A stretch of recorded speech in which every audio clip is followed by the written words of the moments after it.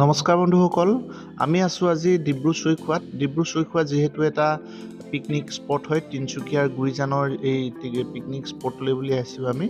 ইয়াত দেখিছে আপোনালোকে চৌপাশৰ পৰিৱেশটো দেখাইছোঁ। আজি 4 জানুৱাৰী হয়, দেওবাৰ, গতিকে ইয়াত যথেষ্ট মানুহ দেখিবলৈ পোৱা গৈছে। আৰু সেয়া নদীৰ ব্ৰহ্মপুত্ৰৰ মাজৰ যি চাপৰি, সেই চাপৰিটো যথেষ্ট মানুহ দেখিবলৈ পোৱা গৈছে। আৰু আমিও সেই চাপৰিলৈ বুলি গৈ আছোঁ, ফেৰীত উঠিছোঁ।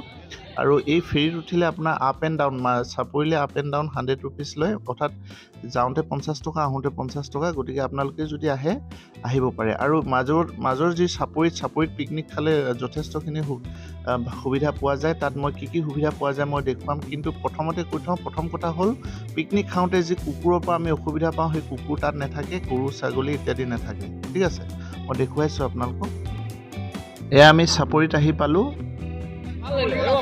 কি প্ৰগ্ৰাম হ'ব ইয়াত কওকচোন? ইয়াত প্ৰগ্ৰাম মানে কিছুমান উন্নত মানৰ হাই ফাই মানে আপোনাৰ কি হ'ল, ষ্টল বহিব এইবিলাক ঘৰবিলাক। উইথ মানে মাঘ বিহু মেজি জ্বলোৱা হ'ব। আৰু কিছুমান আমাৰ যিটো নেচাৰেল আমাৰ গাঁৱলীয়া প্ৰজাতিৰ কিছুমান টকৌপাতৰ ঘৰ বনিব। এটা আমি ৰাইজক দিবৰ কাৰণে আমি চেষ্টা কৰিছোঁ। জেগাটো কি নাম? এইটো ডিব্ৰু চৈখোৱা গুইজান ঘাট। আচ্ছা, এইটো তাৰিখ কেইতাৰিখে হ'ব? এইটো 14, 15, 16 3 দিন জানুৱাৰী 26। ঠিক আছে।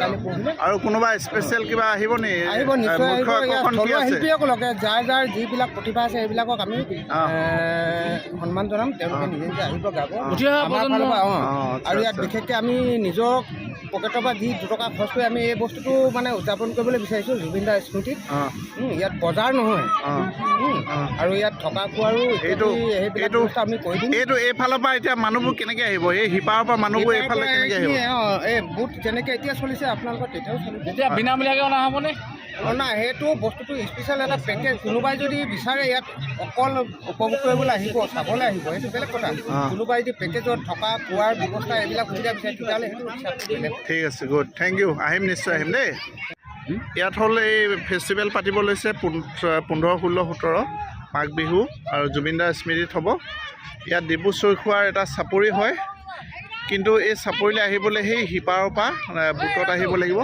ইয়াতে আপোনালোকে যদি ইচ্ছা কৰে আহিব পাৰিব। খুব ধুনীয়া পৰিৱেশ ইয়াত দেখিছে। এতিয়া আৰম্ভণি হৈছেহে, এতিয়ালৈকে গোটেই সেইবিলাক কেম্পবিলাক বনোৱা নাই। ইয়াতে টকৌপাতৰ কেইটামান কেম্প বনিব।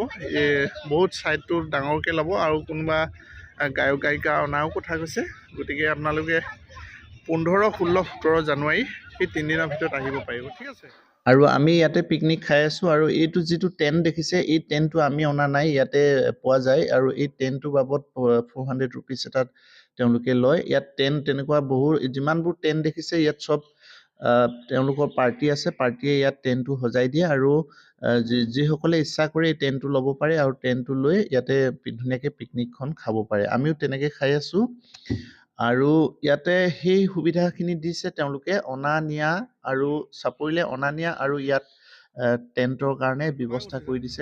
গুইজানত আছোঁ, আৰু গুইজানত আমি পিকনিক খালোঁ। এইখন আমি গুইজানৰ এই মাজৰ চাপৰিত আছোঁহি। আমি সিটো পাৰে আছোঁ। এয়া অজিত সোণোৱাল আছে, আমাৰ ভাইটি আছে, আৰু এয়া আমাৰ বিনোদ বন্ধু মিষ্টাৰ বিনোদ গগৈ। আমি এতিয়া বিনোদ কৰি আছোঁ, বহুত বিনোদনতে আছোঁ বাৰু। ভাল লাগিছে। পৰিৱেশটো ভাল লাগিছে। কেমেৰা 2জনে কৰি আছোঁ।